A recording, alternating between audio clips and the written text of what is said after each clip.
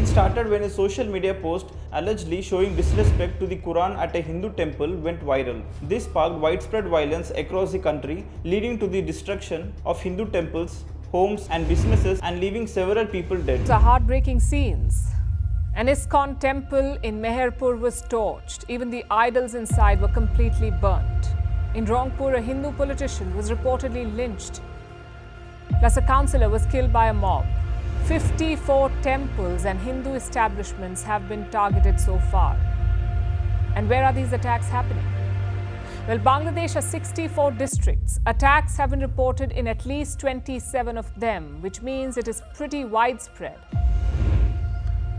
This may look like, oh, this is all philosophy. What do we do with those guys who killed these people? Okay, you go kill them. See, understand this. Just because you wear a peace emblem around your neck, it's not going to stop. You can wear any damn thing. With that only they will kill you.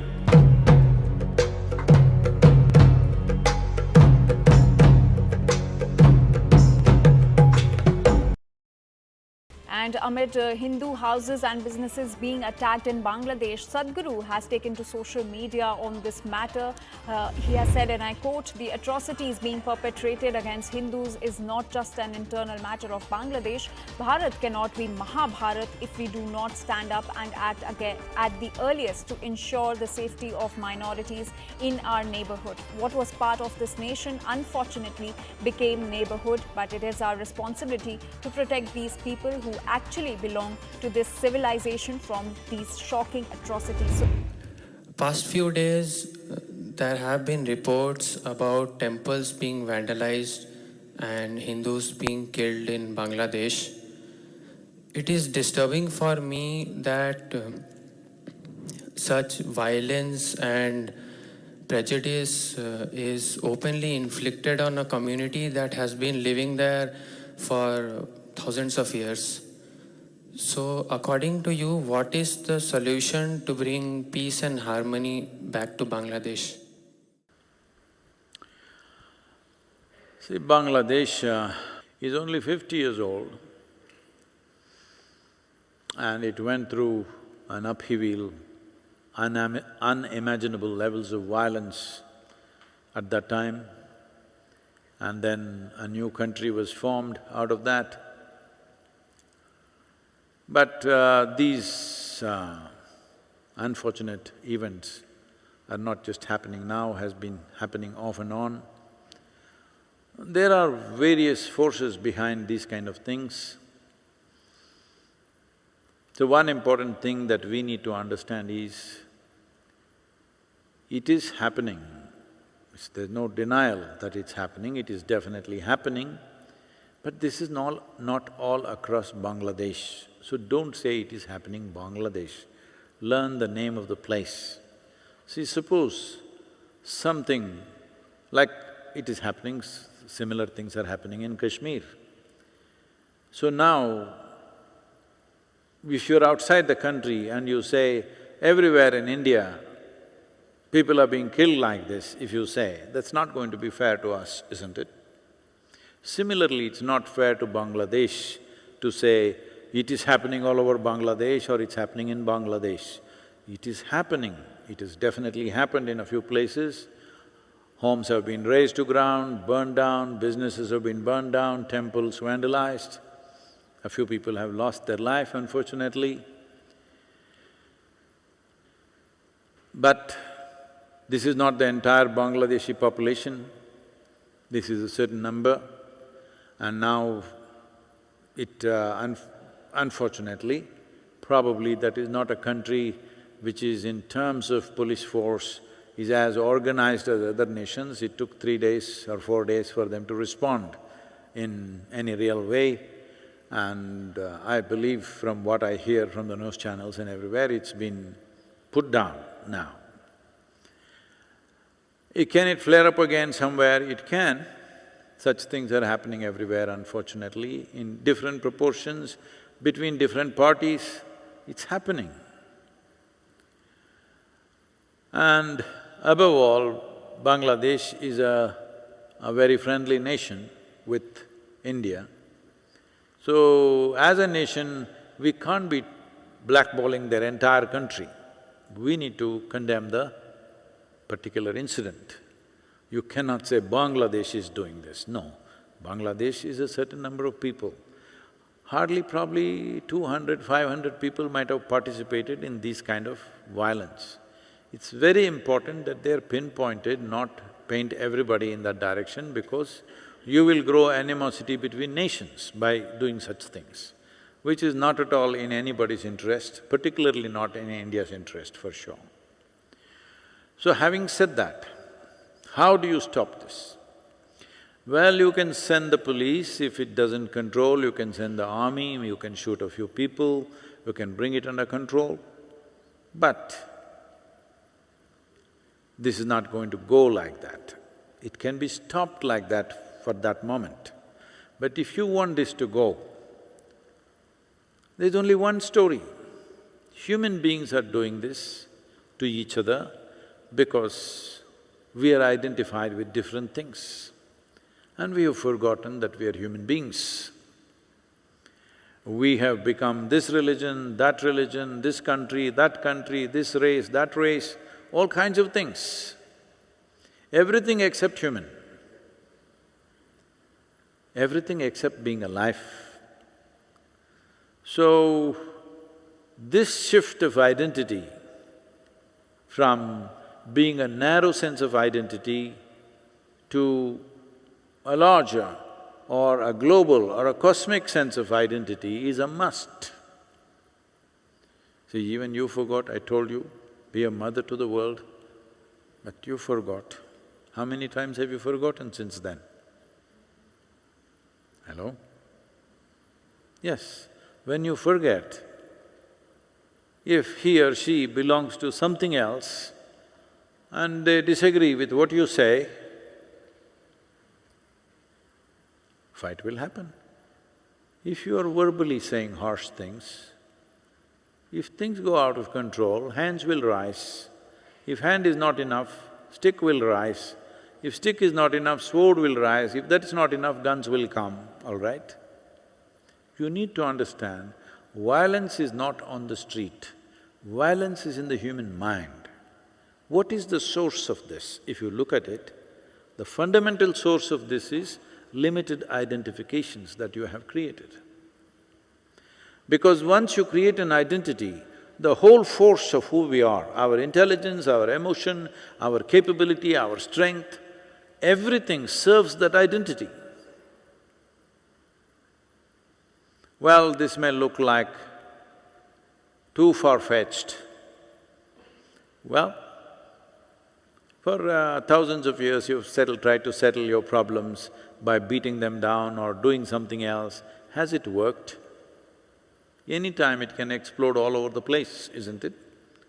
If it has to genuinely work, large-scale raising of human consciousness need to happen. If you're not willing to invest in that, you will suffer this endlessly for always. Will all problems go away tomorrow morning? No. But tomorrow morning when you wake up, will you try to at least eliminate one problem, which is you? Yes. This may look like, oh, this is all philosophy. What do we do with those guys who killed these people? Okay, you go kill them.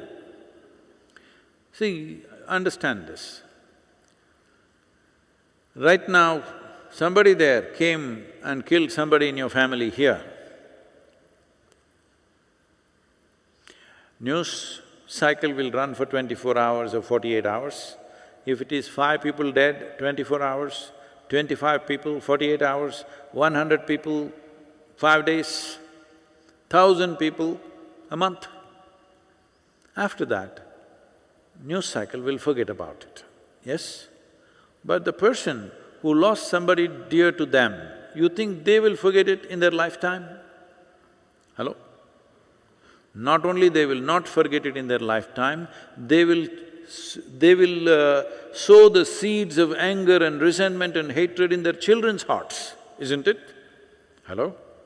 Yes or no?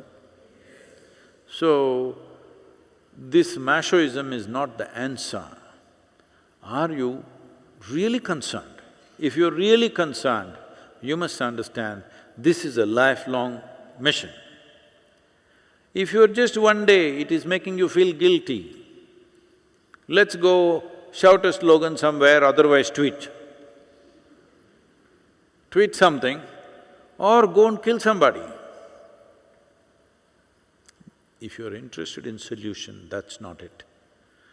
Somebody killed somebody and you killed somebody, you're only magnifying the problem.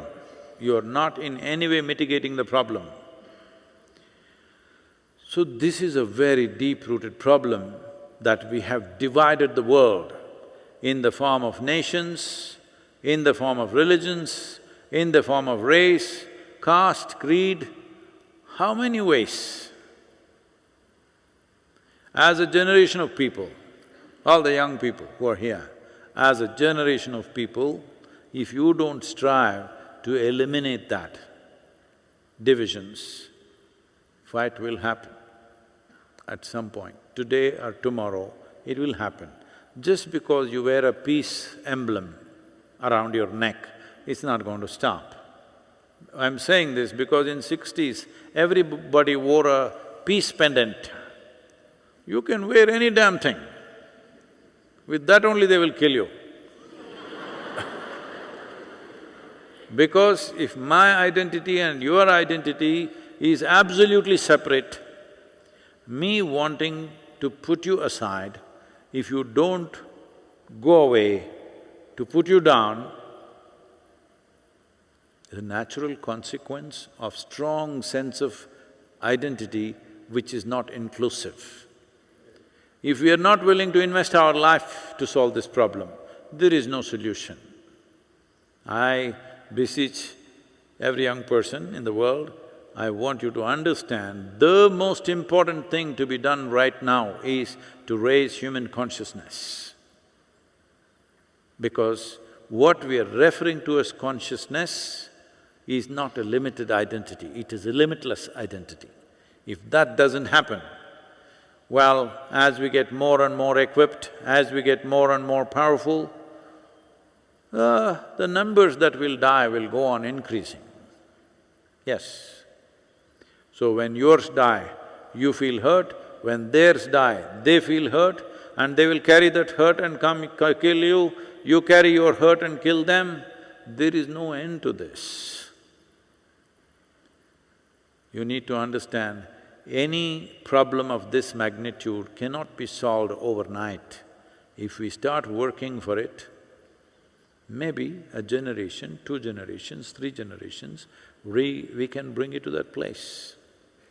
So one important service I'm doing in this direction is, I'm knocking the heaven down. No place to go. If you want to live well, all of us, let's live well here. That's all there is.